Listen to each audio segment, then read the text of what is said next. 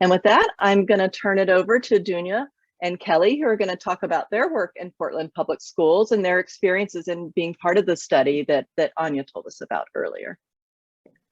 Thank you, Lacy. So my name is Dunya, and I work for Portland Public Schools. Thank you. My name is Kelli Mitchell. I'm a counselor with Portland Public Schools. We're trying to bring in kind of a hint from the past when you were actually able to do presentations together. And so we're trying this out in a virtual environment. So please bear with us as we're trying to just bring a different level of energy around this work around text messaging. So with that, I wanted to provide some context about Portland Public Schools. Portland Public Schools is the largest school district in Oregon, but yet we only have about 45,000 students. So we're not a huge district. I'm just providing that for some context, especially as it relates to text messaging and the potential systems that you have to work with. So Portland is also was identified in 2015 and 16 as having a really high rate of chronic absenteeism. I'm not going to bore you with what chronic absenteeism, because I'm sure you all know. And back in that day, this is the type of campaign that we were working on in the district. So we actually dug this out today so that we could show you that parents did not have a sense of how absences linked to achievement or how everything connected. So on here, unfortunately, you can't see it, but we talk about absenteeism in kindergarten. We talk about it in the middle grades, down in the middle, and then down at the bottom around ninth grade. So around ninth grade being on track.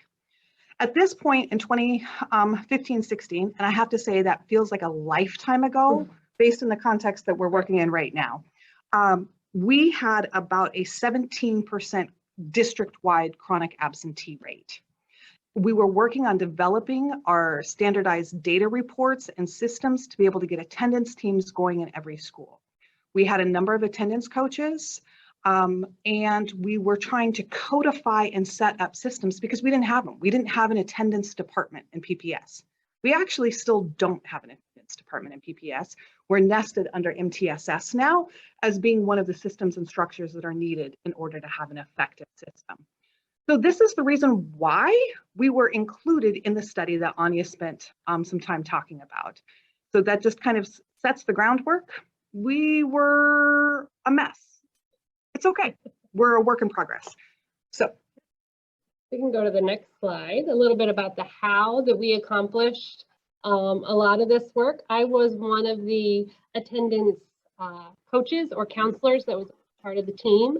And so the way that our team and our department was structured, we had 6 attendance coaches or counselors at the time, and each coach was assigned 4 or 5 schools.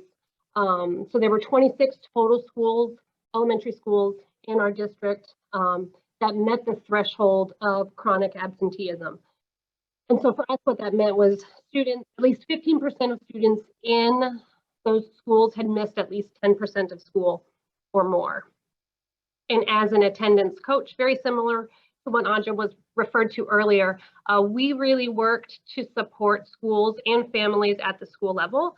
So we worked with school office staff to set up the AIR text messaging systems.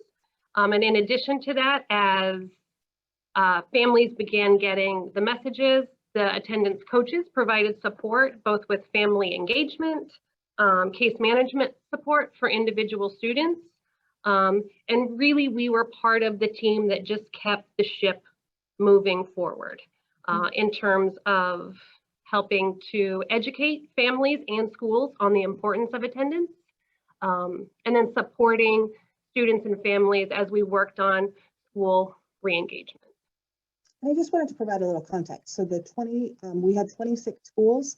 We have about 80 campuses in PPS. So just to give you a sense of how many of our schools were actually involved in the study. And these were only K-5 schools. So just to provide a little bit there.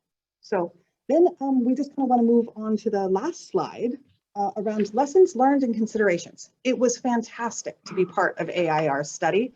And the reason why is because Portland Public Schools is kind of grounded in this theory of partnership. But partnering with an outside institution was really able to help us make changes and kind of push on school messenger in ways that we were not able to do as a single institution. And it was an innovative approach for us to be able to expand what they already were able to do. So that was super, super helpful. And it's something that I think is necessary for districts to be able to partner, to be able to move an agenda. But the one thing that we also found out is it's really important to be clear on your why. Why are you texting families? What message are you trying to get across? We were really attempting to share everyday matters, right? We want to make sure that parents knew that attendance really did make a difference in achievement and that there was a direct link between the two. So we were clear on our why, and it worked. We were able to raise the level of awareness that parents had around the importance of attendance. But I think it's also really important to invest in the necessary resources. And for us, that had to do with both having the external partnership as well as mid-level staff that had the ability to go and support schools with this, because this was something totally new for school secretaries. And at that point, prior to COVID, a lot of our secretaries were not the most tech savvy.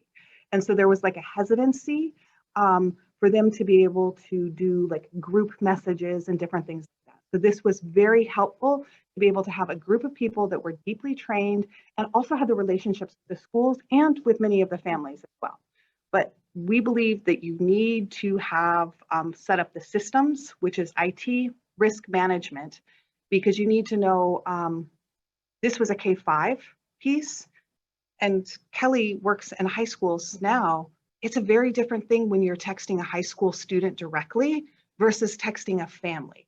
And so make sure that you have the appropriate systems and support in place. We've learned a lot along the way around that. Yeah. I think text messaging is still something in my practice that I continue to use on a daily basis. And I think reflecting on this research, continue to be really mindful about the frequency of messaging, because I think sometimes it can be overwhelming for families if they are receiving text messages frequently or from multiple people in a school system. There was a question earlier that was asked about feedback. We, as the district level, received quite a bit of feedback. So that was one piece. We had a number of families that thought that the weekly text messaging was too much. Then we also had others that really, really appreciated the positive message that went out that welcomed the child back to school after they'd been absent. So we've gotten phenomenal praise for that. And then the other was like, okay, after so many weeks, this is just too much. So we heard both of those pretty clearly, which really hasn't helped inform some of our future practices that we're using now. So that's pretty much it for Portland. And we are here to answer any questions that you might have.